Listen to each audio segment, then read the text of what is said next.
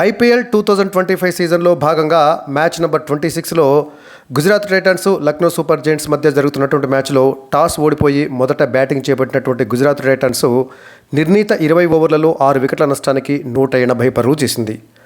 లక్నోలోని ఎకానా స్టేడియంలో జరుగుతున్నటువంటి ఈ మ్యాచ్లో గుజరాత్ టైటన్స్ ఓపెనర్లు సాయి సుదర్శన్, శుభ్మన్ గిల్ వీరిద్దరూ అద్భుతమైనటువంటి ఆరంభాన్ని అందించారు. వీరిద్దరూ కలిసి తొలి వికెట్కు 12.1 ఓవర్లలో 120 పరుగుల భాగస్వామ్యాన్ని జోడించారు. దీంతో గుజరాత్ టైటన్స్ జట్టు నిర్ణీత 20 ఓవర్లలో కనీసం 220 పరుగుల స్కోరు సాధిస్తుంది అని అనిపించింది. అయితే అద్భుతమైనటువంటి ఓపెనింగ్ పార్ట్నర్షిప్ను సద్వినియోగం చేసుకోలేకపోయినటువంటి గుజరాత్ టైటన్స్ ఆ తర్వాత వరుసగా వికెట్లను కోల్పోయి చివరకు 6 వికెట్ల నష్టానికి 180 పరుగులకు పరిమితమైంది. ఈ మ్యాచ్లో Lucknow super giants captain Rishabh Pant toss గెలిచి మొదట బౌలింగ్ ఎంచుకున్నాడు. సో గుజరాత్ టైటన్స్ ఓపెనర్లు సాయి సుదర్శన్, కెప్టెన్ శుభ్మన్ గిల్ వీరిద్దరు కలిసి గుజరాత్కు అద్భుతమైనటువంటి ఆరంభాన్ని అందించారు. వీరిద్దరూ ఓవర్కు కనీసం 1-2 బౌండరీలతోటి స్కోర్ బోర్డును పరుగులెత్తించారు. ఇద్దరు కూడా పోటాపోటీగా పరుగులు సాధించారు. సో మరీ ఓవర్ అగ్రెసివ్గా ఆడకుండా సమయోచితమైనటువంటి దూకుడుతోటి బ్యాటింగ్ చేశారు వీరిద్దరు కలిసి. దీంతో 6 ఓవర్ల పవర్ ప్లేలో గుజరాత్ టైటన్స్ జట్టు వికెట్ నష్టపోకుండా 54 పరుగులు చేసింది. పవర్ ప్లే తర్వాత కూడా వీరిద్దరి జోడీ పరుగుల ప్రవాహాన్ని అలాగే కొనసాగించింది. దిగ్వేష్ రాఠీ వేసినటువంటి 9వ ఓవర్లో సింగిల్ తీసినటువంటి శుభ్మన్ గిల్ 31 బంతుల్లో తన హాఫ్ సెంచరీని పూర్తి చేసుకున్నాడు. ఈ సీజన్లో శుభ్మన్ గిల్కు ఇది 2వ హాఫ్ సెంచరీ.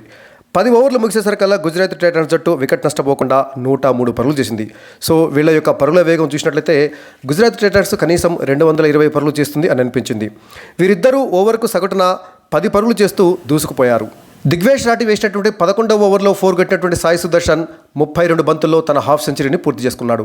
ఐపీఎల్ కెరియర్లో సాయి సుదర్శన్కు ఇది 10వ హాఫ్ సెంచరీ. అయితే ఒక దశలో 120 ఫర్ 0గా ఉన్నటువంటి గుజరాత్ టైటన్స్ స్కోరు ఒకేసారి 127 ఫర్ 3గా మారింది. అంటే 7 పరుగుల వ్యవధిలో 3 వికెట్లను కోల్పోయి ఇబ్బందులు పడింది గుజరాత్ టైటన్స్. ఆ తర్వాత కూడా క్రమం తప్పకుండా వికెట్లు కోల్పోయి చివరికి 180 పరుగులకే పరిమితమైంది. అవేష్ ఖాన్ వేసినటువంటి 13వ ఓవర్లో తొలి బంతికి భారీ షాట్ కొట్టినటువంటి శుభ్మన్ గిల్ బౌండరీ వద్ద మార్క్రమ్ పట్టినటువంటి అద్భుతమైనటువంటి క్యాచ్కు అవుట్ అయ్యాడు.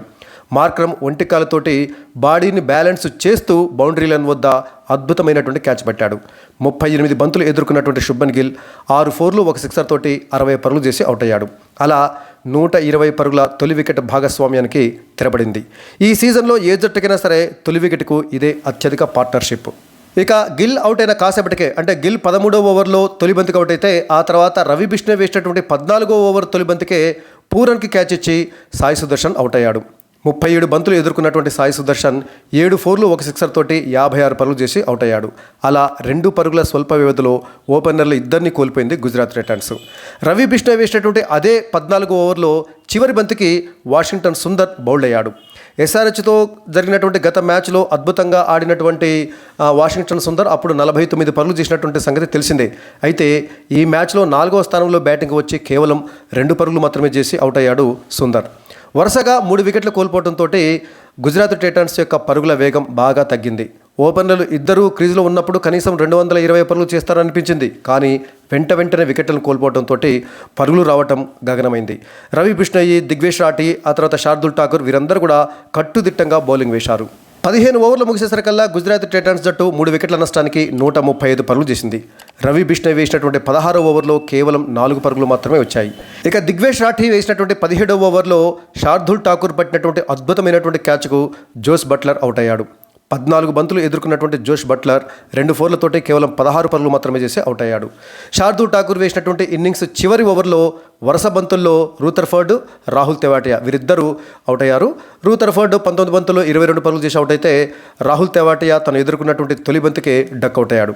దీంతో గుజరాత్ టైటన్స్ జట్టు నిర్ణీత 20 ఓవర్లలో 6 వికెట్ల నష్టానికి 180 పరుగులకే పరిమితమైంది.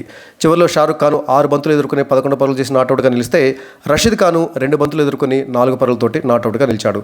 సో మొత్తంగా అద్భుతమైనటువంటి ఆరంభాన్ని సద్వినియోగం చేసుకోలేక గుజరాత్ టైటన్స్ జట్టు చివరిలో వికెట్లను వేగంగా కోల్పోయి పరుగులు చేయలేక 180 పరుగులకే పరిమితమైంది. ఇక ఎల్ఎస్జీ బౌలర్ల విషయానికి వచ్చినట్లయితే శార్దుల్ ఠాకూర్, రవి బిష్ణోయ్ వీరిద్దరూ చెరో 2 వికెట్లు తీస్తే దిగ్వేష్ రాఠీ, అవేష్ ఖాన్ చెరో వికెట్ తీశారు.